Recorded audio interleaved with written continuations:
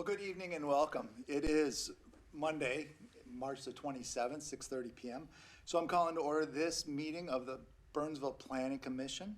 Tonight's Planning Commission meeting is being held both personally and virtually by using Zoom. As chair, I'll be leading tonight's Planning Commission meeting, and the public's welcome to participate when invited throughout the meeting. Members of the public who may not attend the meeting in person can join via online Zoom. Additional instructions on how to participate are posted online on our Burnsville website, burnsvillemn.gov, under the public meeting calendar. As usual, tonight's meeting is available for viewing on BCTV and on the city's website. And if you're unable to participate this evening and would like to submit public testimony, I encourage you to email your comments to city staff or mail them directly to City Hall. You may participate using Zoom. That's zoom.us/join. And you would use the meeting number 892-0564-8296. Once you're logged into the meeting, please use the chat feature to tell the moderator which item you wish to speak to. If you experience audio problems, we suggest you leave the meeting, try rejoining. It usually fixes the issue. You can also participate by calling us on the telephone, 651-372-8299. Meeting ID is 892-0564-8296. Can grab a pen? That's okay. It's all online under the Burnsville website, burnsvillemn.gov. And for each public hearing, I'll open up a time when callers can speak to that item, and I'll give more instructions at that time. Your call will be muted until then. And also notice that there might be a slight delay, so if you have something going on in the background, like a computer or the TV you're watching, just turn down the volume for us. We'd really appreciate that. With that, I will have look at the agenda. We should have received it in our packets.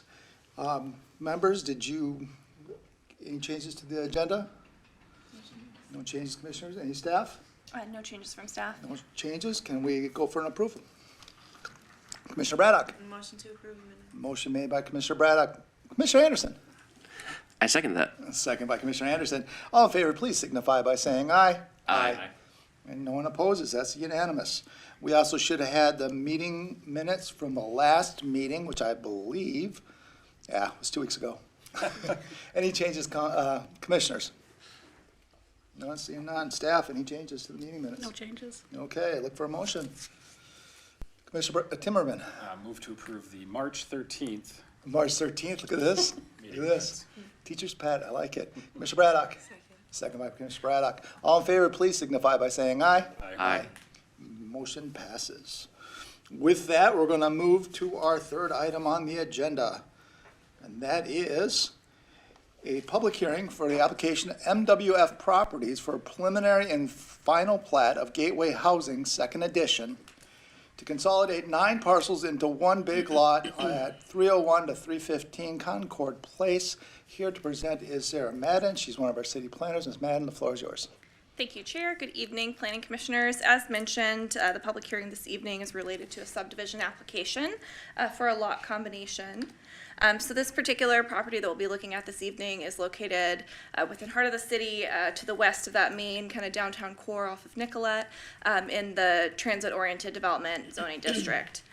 So the site itself is associated with the Gateway Housing Plat that was approved in 2021. So this would be the second addition to that subdivision, and it is located on properties immediately adjacent to those 2 properties from the previous subdivision and the 2 buildings which are in kind of 2 different levels of construction there off of Gateway Boulevard and Pleasant Avenue. So the site itself is currently home to, there's an existing town office development, part of the original development that was intended for this particular kind of triangle of land prior to remaining vacant and then later platted into the development that's under construction today. So the applicant has expressed an intent for future plans for an additional residential development to be located here. The application that we're reviewing this evening is related to the subdivision itself for the property and not the future development plans, which would be reviewed administratively through building permit at a later date. So shown here is the preliminary plat. So this is the existing conditions of the site itself. So just west of Pleasant Avenue, and again, that existing town office development that consists of the 8 individual town office lots. The common area of the lot to the north is vacated right-of-way for a former street, Concorde Place. This street was vacated a number of years ago following the as the development never moved forward with the later phases for additional town offices. So the street was never constructed, and it's vacated right-of-way. Also to be included in the plans for their preliminary and final plat this evening is a request for vacated right-of-way along Pleasant Avenue South. That vacated right-of-way portion is also a separate application to the city that will be reviewed at a public hearing at the April 4th City Council meeting in conjunction with this application were it to move forward from the meeting this evening. So the lot itself, it's approximately 1.3 acres in size, and there are existing buildings on it. In your packet, there are more information about the preliminary plans that have been provided to us, and in your background here this evening, later I will show the preliminary removals plan and site plan for the future use. So shown here, final plat, the final acreage with the approval of the vacated right-of-way would be about 1.386 acres, so increasing the size of that lot, and then the applicant's request is related to that consistent right-of-way line running north-south along Pleasant Avenue. And all of the properties, the existing common area and the 8 town office lots would be combined into one singular lot. So shown here is the provided by the applicant a removals plan for later development on the site. So would, of course, with a planned future development, include the removal of the buildings themselves, the existing parking area, and other landscape materials. And the provided preliminary site plan does show an additional phase of a multifamily attached apartment building. Preliminary in their plans, a possible proposal of a 111 units, I believe, which may change following this. So a multifamily housing, whether that's apartments, condominiums, things like that, are a permitted use within the transit-oriented development district. So we would be reviewing later on with the applicant a building permit and site plan review related to that. The applicant has expressed their intent to come in meeting all aspects of city code with no requests for variances or other land use approvals. And that is why it is a review of the plat solely this evening. Some considerations related to that and related to conditions attached to the recommendation this evening is the requirement for an environmental assessment worksheet, an EAW.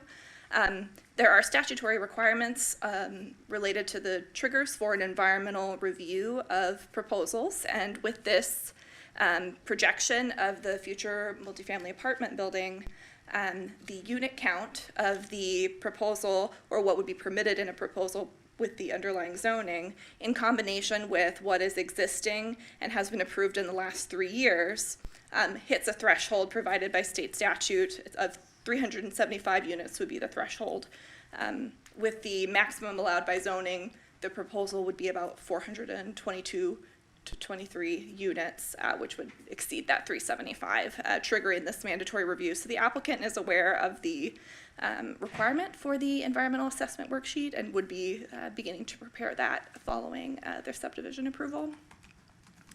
So with that, that would all occur prior to any administrative site plan review and building permit for a proposal in the transit-oriented development district.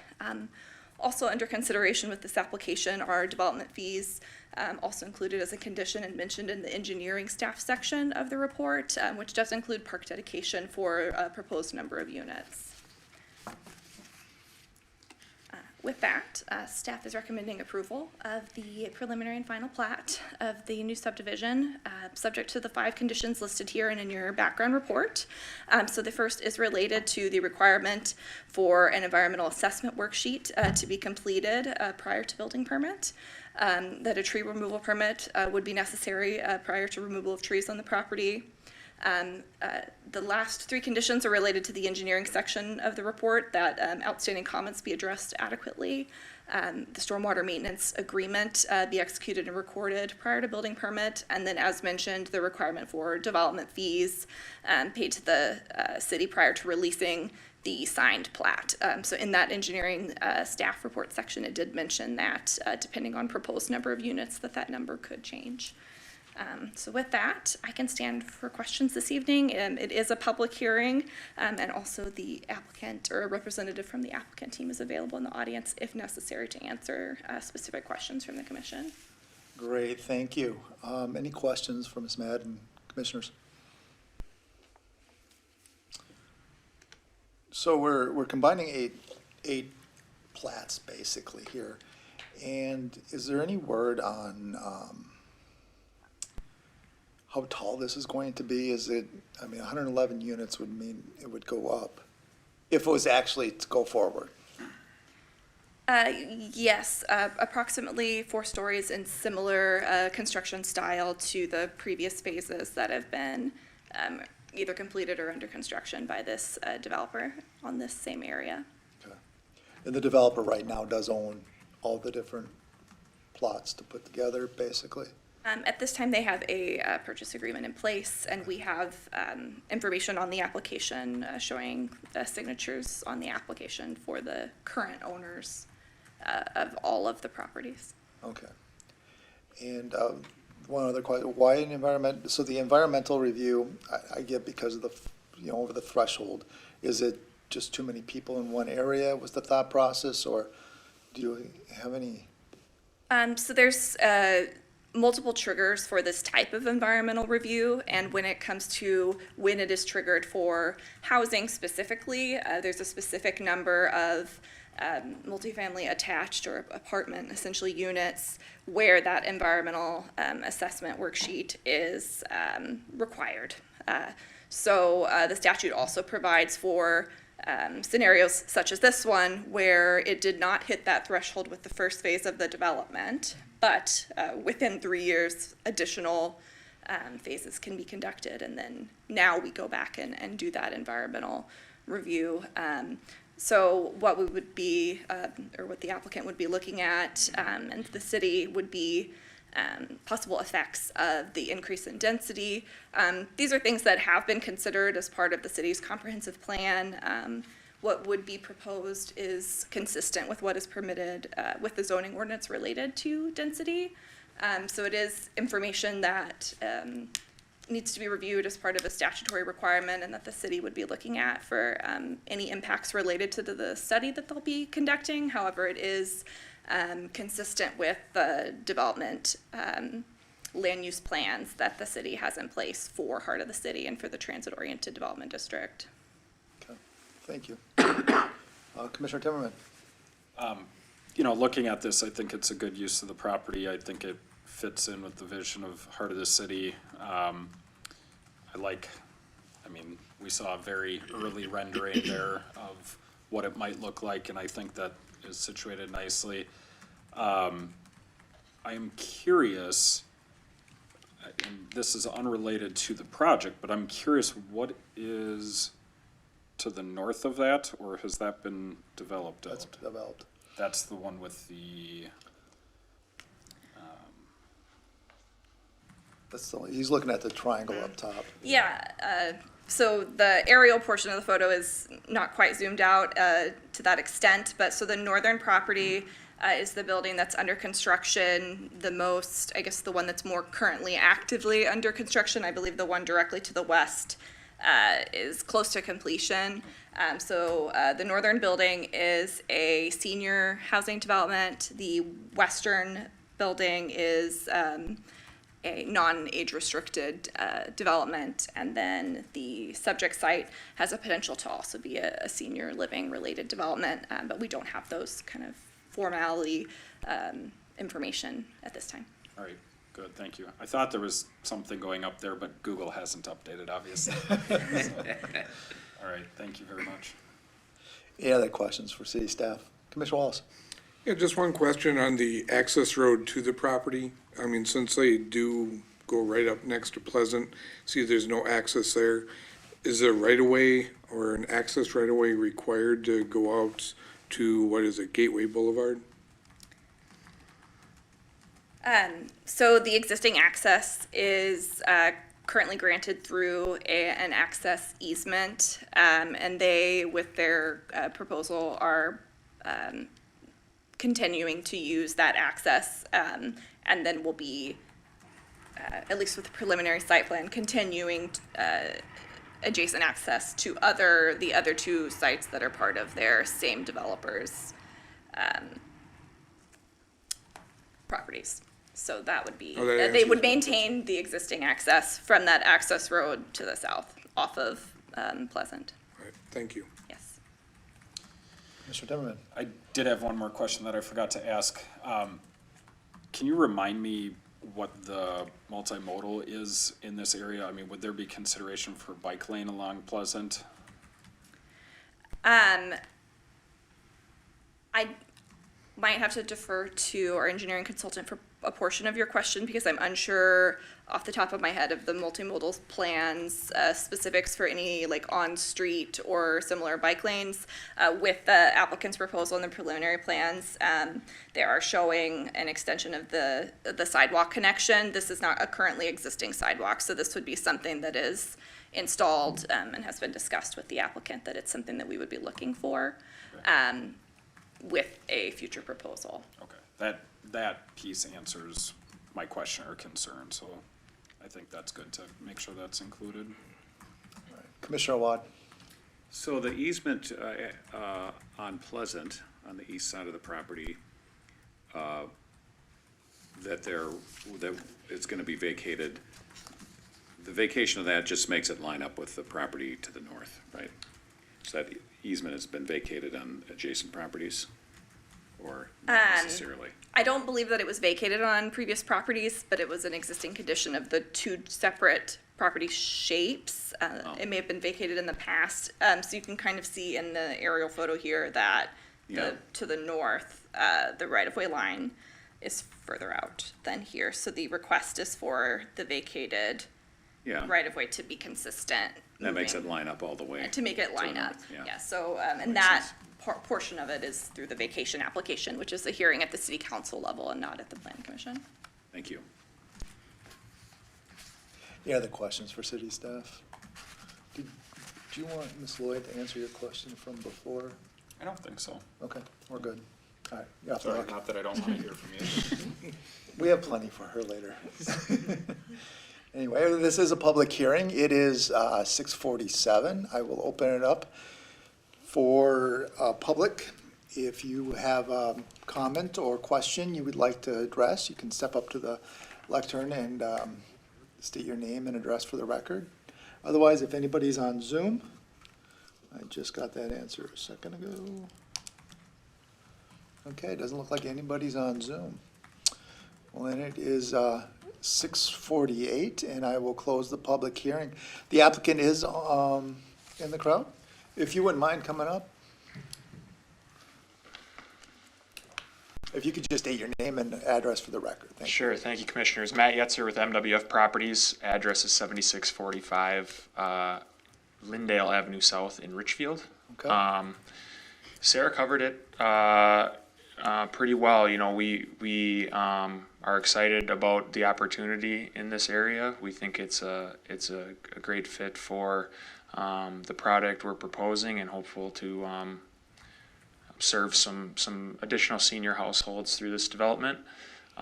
Construction is progressing well on our other two phases over there. We're hopeful to open the first project here in July, and then the second phase in October. So moving along there, and excited about the future of the area, and grateful for your consideration of our request today.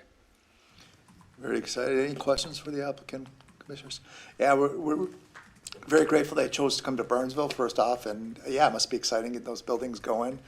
Is it the apartment complex that is going to be finished first, or is that the senior living? So it's the non-age restricted project that will be finished first, Okay. and then the 55 plus building will be following in September or October of this year. Okay, great. Great. And you're consolidating the lands together. I'm assuming you don't have a timetable for when you would move forward with the other plan?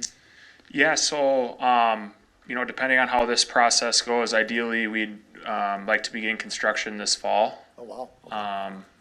Is kind of what our timeline is looking like, and it's about a 13 to 15 month construction period, so sometime in late 2024, early 2025 would be when that project would be wrapping up, so. Well, I'm sure you'll be coming back here for that as well. That's okay, we're good people, we don't bite. Thank you so much for joining us today. Thank you, commissioners.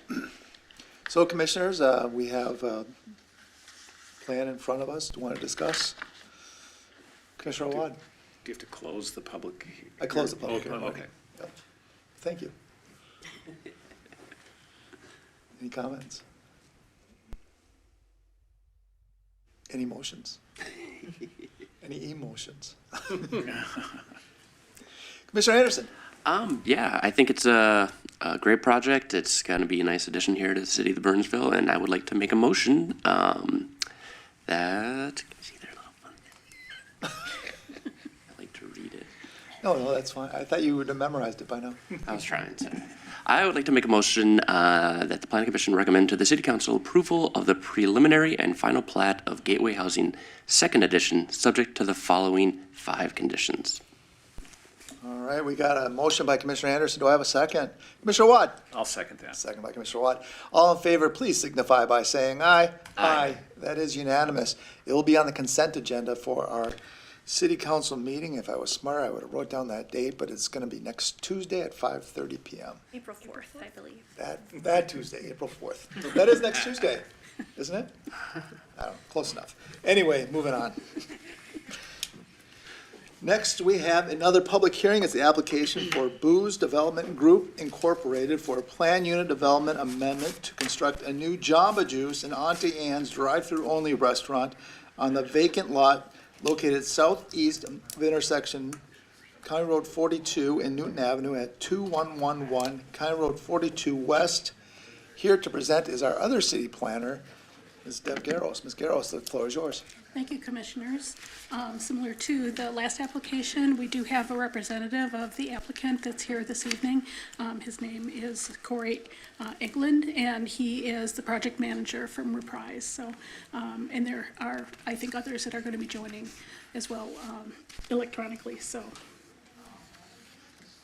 it's a great project. The subject site is a vacant piece of property.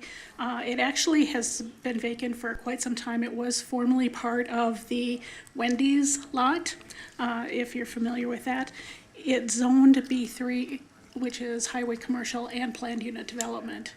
The planned unit development really was just intended for the Wendy's itself, which was all included this subject site, and then a retail development just to the east of that. And here you can see the subject site. It's a corner property, actually has got frontage on 3 different streets. So it's unique in that respect. The lot does meet all of the requirements for the B3 zoning district. However, it is relatively kind of difficult to develop because of some existing topography and existing easements there. The site right across the street to the west is the Caribou Coffee Hut. So this is somewhat similar to that, and this is a drive-through only type restaurant. So the PUD dates back to 1996. Something that you will want to note is that at that point in time, all of these parcels were combined, and then they platted with just 2 separate parcels. There was a requirement in this PUD for only 1 freestanding sign to be allowed, so Discount Tire and Wendy's are both on the same sign. The applicant would like to have their own sign, which is something that is reasonable. So one of the deviations that they are requesting is that they are able to have their own freestanding sign, which would be located near the front of the lot in this location. The proposed use. That's really the purpose of the PUD amendment, is to establish a use, because one wasn't established at the time the lot was created. So that would be for a restaurant-type use. The site is 0.8 acres. The building footprint, it's a small building like the Caribou Coffee. It's 1,028 square feet. They are proposing, and the PUD benefits include more green space than required. They are providing 35% green space. In the B3 district, the ordinance standard is 25. They are also providing more green space within the parking lot, 10.8% as opposed to 3%, and then more building perimeter landscaping as well, typically 50%, and they are providing 65%. So in terms of the benefits, we talked about the green space. They're also providing for some decorative exterior wall sconces, and that's something in the architectural review tool that is looked at as a positive for a benefit, and then LED parking, or light fixtures, if you will, in the parking lot. In terms of the deviations, there are a few. One is because this is a three-sided lot, the trash enclosure is proposed in front of the building on the south side. So to meet the ordinance, which says that accessory buildings can't be forward of a principal building, they would need a deviation. And we feel that this is something that's reasonable, considering it's a three front yard sided lot. They also are going to be installing a fairly tall retaining wall. And the ordinance has a conditional use permit, or in this case, PUD requirement, any times that the retaining wall is going to be taller than 8 feet in the rear yard or side yard. In this one, the height of the retaining wall at its highest point is about 19 feet, or a little bit over. So it is going to be a pretty tall retaining wall. They are also requesting a deviation for parking stalls to have 17 as opposed to 19 that the ordinance requires, and I'll get to that when we get to that section. Also to allow the drive-through lanes themselves to be more narrow, 10 feet as opposed to 14 feet, and we'll talk about that as well. We talked about the PUD deviation for the separate sign. One additional sign standard is that the requirement for new freestanding signs is that there be at least 300 feet of separation to other existing signs. In this case, they're able to do that to the Wendy's sign to the east, but to the west, they're closer than 300 feet to the Caribou sign, so that's the deviation that's requested. As far as site constraints, we talked about the 3 front yards. There's also this large 66-foot natural gas easement that crosses the southern part of the lot, which nothing can really be constructed within that, except the gas company will allow a parking lot to be installed within that. There is pretty severe topography. It's not the steep slopes that require a conditional use permit per se, they're not quite that steep, but next to, they're like 32%.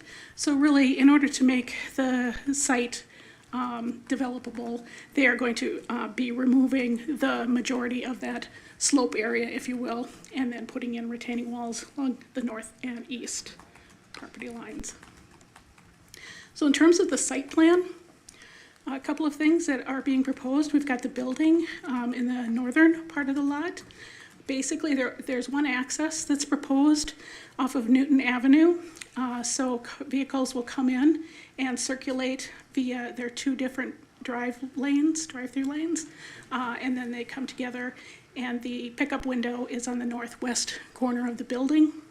There's also a bypass lane all the way around, so vehicles can get out if they need to.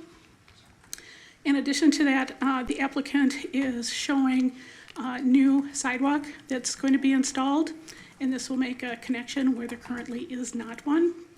And then they're providing for concrete pedestrian connections from the restaurant over to the existing sidewalk, and from the restaurant site down through the parking lot to the trash enclosure in this location.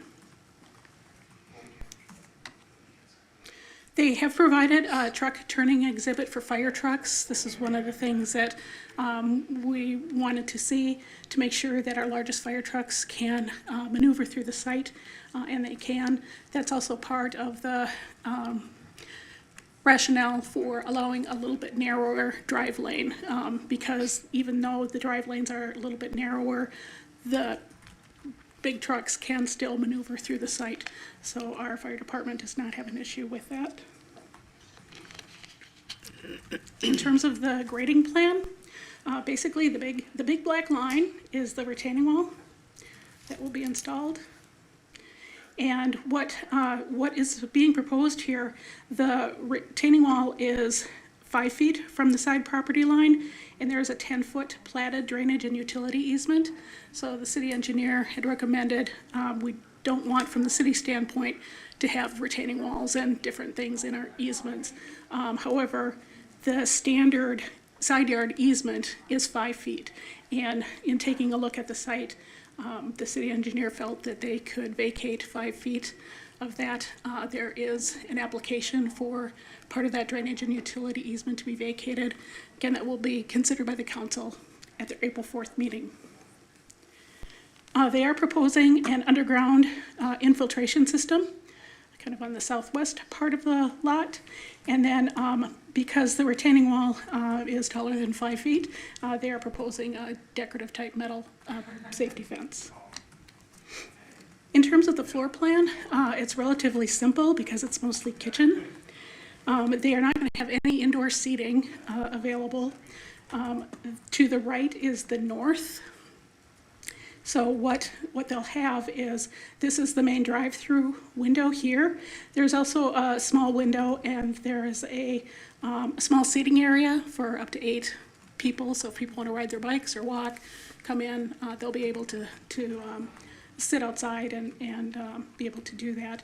The restroom will be public, open to the public, but that's about it. So otherwise, it's the kitchen, and then they are proposing an exterior cooler, which is, the application is great because most of the time they don't propose these up front.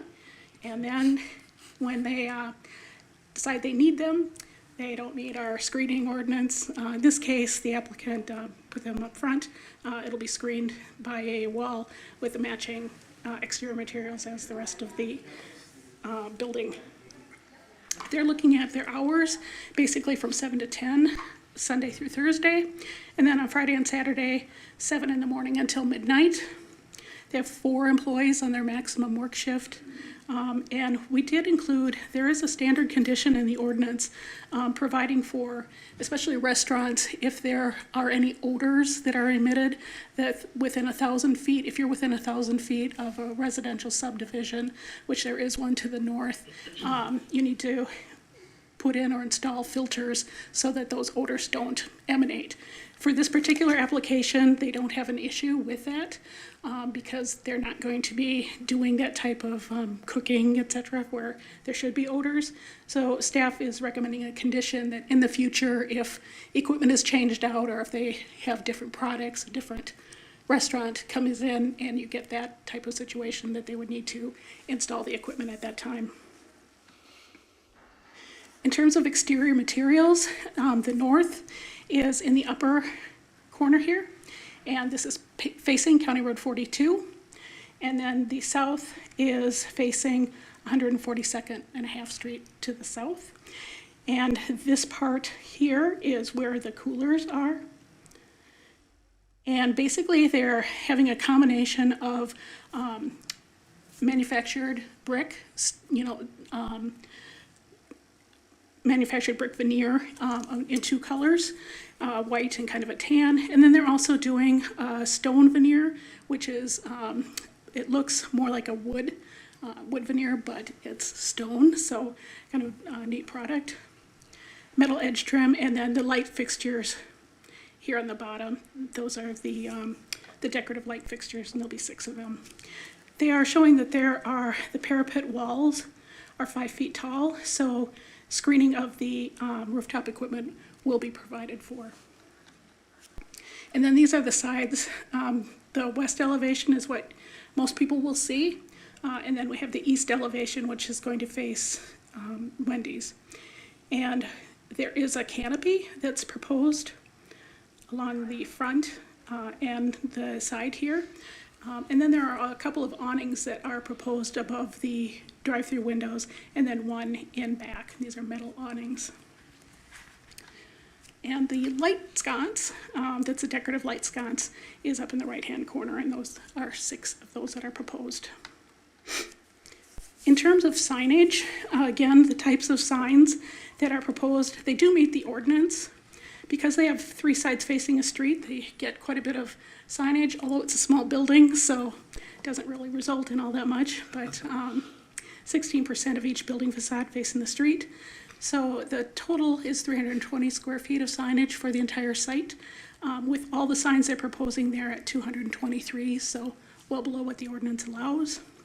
The deviation is again for another sign that's closer than 300 feet, and the freestanding sign is proposed here.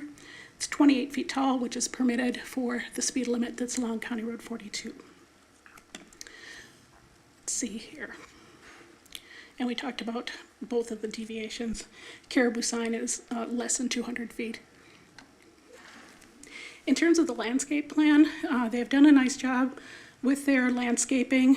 There's a lot of landscaping that's proposed around the area. This is going to be similar to Caribou, but they've got the seating area that's nicely landscaped, nice landscaping around the building. Again, much more than what is required by the ordinance. And then they are providing additional landscaping and screening basically from the parking lot, which is required by the ordinance.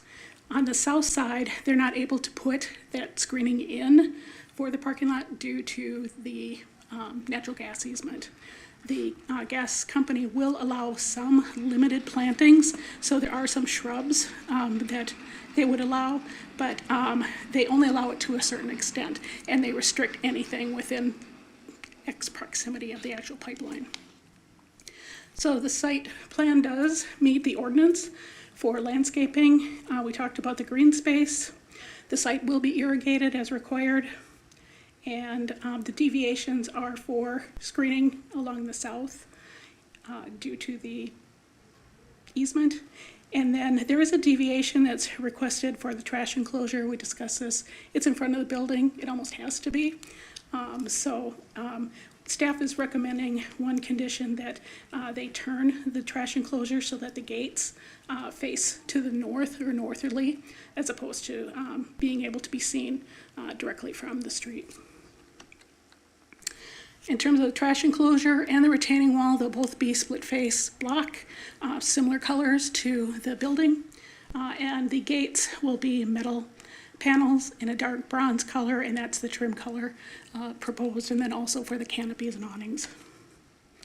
The lighting plan also meets the ordinance in terms of photometrics, and they're putting in 4 parking lot lights, which are LED lights, so it meets all the ordinance requirements. And then for the utility plan, we did talk that they're doing an underground infiltration system.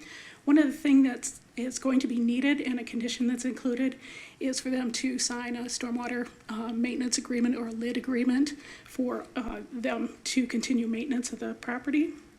Also that the 5-foot drainage and utility easement be vacated for the retaining wall. And then there are some minor conditions in the city engineer's memo, which is included in your packet, and there's a condition that those be met as well. The erosion control plan, I won't go over, but if there are any questions from the commissioners related to erosion control, it's included. And the engineer indicated that there are 3 different permits that will be needed for construction of the right-of-way, construction of the retaining wall, that's a separate permit, and the NPDES general permit, which deals with the erosion control. The recommendation from staff, we are recommending approval of the project, subject to, I believe there are 10 total conditions. We have talked about most of these.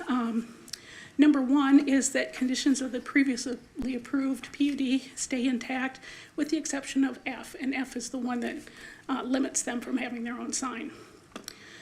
And then we also added, similar to many of the other applications we get, that in the future, as long as the uses in the underlying B3 zone, if something else comes along in the future to locate there, that's something that could be built without needing a separate PUD amendment. Of course, they'd have to meet all the requirements. We talked about the odor reducing equipment. That's condition 3. The trash enclosure to face towards the north is item 4. Standard condition for sign permits to be obtained. And then item 6, we've had this a couple of times, but this is kind of more specific language that's recommended by the city engineer, or excuse me, city attorney, so that when we have a previous PUD or conditional use permit and you're rescinding part of it or a condition or the entire thing, there's some specific language that's recommended, and that's what item 6 does. The vacation be applied for. The applicant has made application. Public hearing will be April 4th. We just identify the cash securities that are required at the time they supply or apply for building permit, the stormwater maintenance agreement, and then the outstanding conditions of the city engineer. So with that, I stand for questions. Well, thank you, Ms. Garros. As she had mentioned, both her and Sarah Lloyd are available for questions. Any questions, Commissioner? Commissioner Wallace? Yes, Ms. Garros, just one, could you go back to the inside design of the building for me, please? The floor plan? Yes, thank you. Because you didn't, yeah, perfect. And you said that that is a public restroom? Yes. And so the access, they'd have to walk through the kitchen to get to that restroom, or? I believe that the access is at this point here on the rear. Excuse me. So if they were at the front counter ordering something, they'd have to go back outside and around the building to use the restroom? They would be ordering from outside. It's a walk-up window that they can order at, but But yes, then they that would walk around. That walk-up window is on the opposite side though, correct? Yes. It's on the So north. is there a sidewalk or something, or are they walking through the cars, or, I guess that's my question, how do they get to the rear of the building safely to use said restroom? Let's see a good one that shows.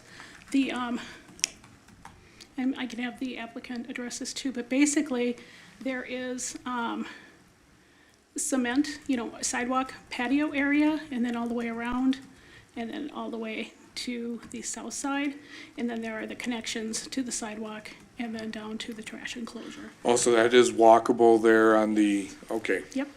Thank you for that explanation, that answers my question. Great question. That's a good question. Any other questions, Commissioners? Commissioner Anderson? I was just curious, you mentioned the height of the sign is okay based on the speed limit of 42. Is that, I'm just not familiar with how that rule works. It's dictated by the speed limit of the road? Yes, it is. It's something that's very easy for staff to administer and for applicants of all kinds to understand. Yeah, we actually do have a way of figuring out what those speed limits are. It used to be Google and then try to walk until you find a sign.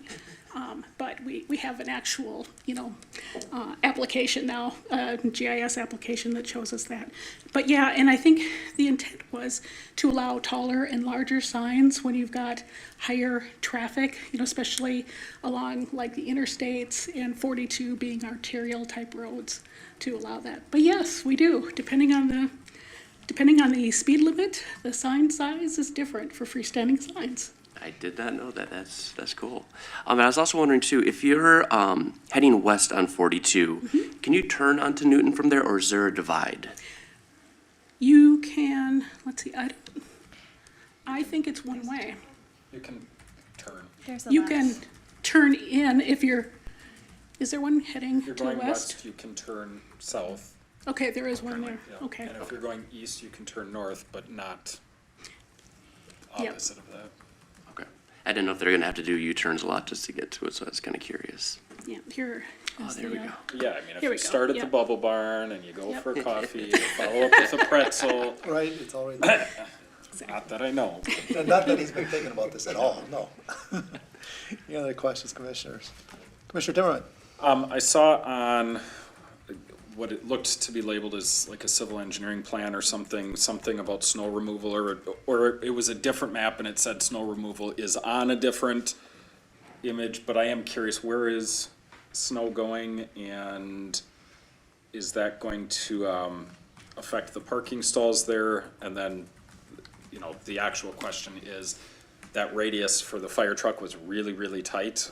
How sure are we that the truck is gonna be able to make it around that during the winter time? The fire marshal did look at it and he felt comfortable with it. Yep. Good. And the reason being is that they have this bypass lane, so all of this is going to be plowed, Okay. basically. And where they're storing snow is south of the parking lot in this area here. It's within the easement, but it's also an area that is allowed to have snow. And that's also the area then that will feed into the infiltration basin, or excuse me, the underground infiltration that's proposed. So it will not take up any parking spaces, and it also will not be done in where there's landscaping. I saw Lee doing this, and that's what I was thinking, like, they could have a third business and do like sledding or something. Well, there is that lot to the south that hasn't developed yet, still got a nice hill there. All right, thanks. Any other questions, commissioners? My questions have to do with retaining wall. So it looks like there are some retaining walls existing. Are they building onto that retaining wall, do you know, Ms. Lloyd, or are they? I believe, Chair, these are new retaining walls that they will need to have engineered drawings for. Okay, as well. so they have to take out the walls that are currently there? Yes, I'll confirm that with the applicant, but yes, I believe there are new retaining walls for this site within that easement that will be vacated. That's being And- proposed. Now, I noticed on some of the paperwork on there, this is a 20-foot wall, so it's pretty high up there. I was wandering around up by Wendy's there, and it looks like there's like maybe a 3-foot, maybe 3.5 foot that could easily be tumbled over. You know, what is the rules on that as far as a retaining wall is concerned? How tall does the fence have to be? I believe it's this 42-inch fence, and if a retaining wall is over 5 feet, I believe is the city code for then requiring the fence on top of the retaining wall. Just like a deck, basically, I suppose, yeah. So it'd be like a 4 foot for sure, or 42 is 3.5, right? Okay, I can do math, it's fine. Okay. You're only an accountant. No, right, yeah. We're not supposed to do that in public. Okay, that makes sense. And then, I guess that's the only question I had thus far. Everything else looks great to me, actually. With that, I would like to invite the applicant that would like to come up and answer any of our great questions. Love to have you here. And thanks for joining us tonight. Thank you for the opportunity. I'm Sam Mera with Bose Development. Our office is in Clearwater, Florida. So we are excited to bring this opportunity over here, bring the business and develop this vacated, undeveloped lot, and might bring some pretzels and coffee over here too. So that's our intent. You can always bribe us with food. No, you're right. We'll have the lawyers here in a minute. Any questions for the applicants, commissioners? Do you guys have any other stores in Minnesota here? Not yet. We are looking at other properties. We want to bring in somewhere around like 6 to 7 stores. So we are looking at other properties too. But this was the first one. This is going to be the first one in Minnesota? Yep. Wow, all right. That's awesome. Mr. Timmerman? Is this the kind of the business concept to do these drive-through onlys, kind of like the Caribou next door, where Yes. each of those 6 or 7 stores will be similar to this? Yep. And what we are doing is we are combining 2 concepts. So one is Auntie Anne's and the other one is Jamba Juice. So Jamba Juice is just the juice, slushies and things like that, and Auntie Anne's provides your pretzels and lemonades and coffees and things like that. So that's the intent. Okay. But the important thing is to take the cost down to the construction cost. If you build 2,000 square feet building, it is significant construction cost. So this brings the cost down too. So that is the intent. Are you hoping to capture traffic off 42 or biking traffic, or obviously all of the above, but what was the intent of that location? Well, the intent was that there is an existing coffee, Caribou Coffee running over there. So you look at the market first. So we looked at Wendy's. So this was where, this is what is missing. So we are trying to bring that, but yes, capture as much traffic as we can too. But most importantly, the market conditions too. Good deal. Well, I appreciate you coming to Burnsville. Any other questions, commissioners, before I close out? Thank you so much, and thanks for presenting to us. I really appreciate that. Not a problem. Thank you. With that, it is a public hearing, and so I am going to invite members of the public to speak on this issue. It is 7:19, and I'm opening the public hearing. Anyone here who wants to speak as far as the public is concerned, can come to the lectern. Otherwise, if you're on Zoom, and I'm hearing that there is nobody on Zoom, so it doesn't look like we're going to have much of a public hearing. So at 7:20, I will close that public hearing. With that, I'm going to turn back over to commissioners for discussion. Commissioners? Commissioner Anderson, you got a big smile on your face. Well, I mean, I love it. I think it's a great way to use that space. I think the Caribou always looks a little lonely there, so it'll be nice to have another store by it. Yeah, I think it's a total win. So I would like to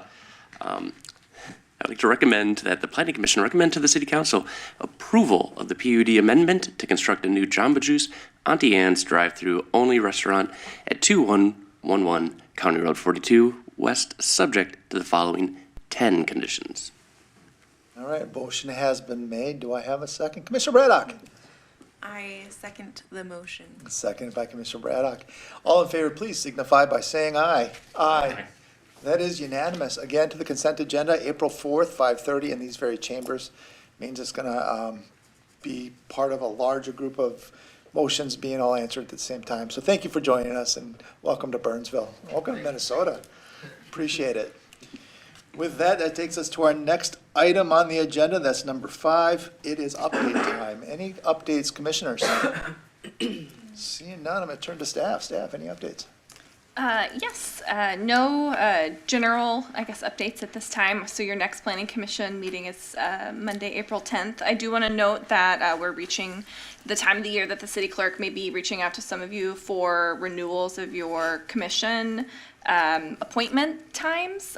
So if you know that you don't have the opportunity to serve anymore and won't be seeking reappointment, let the clerk know, let us know, and we'll be sad to lose you, but just let us know.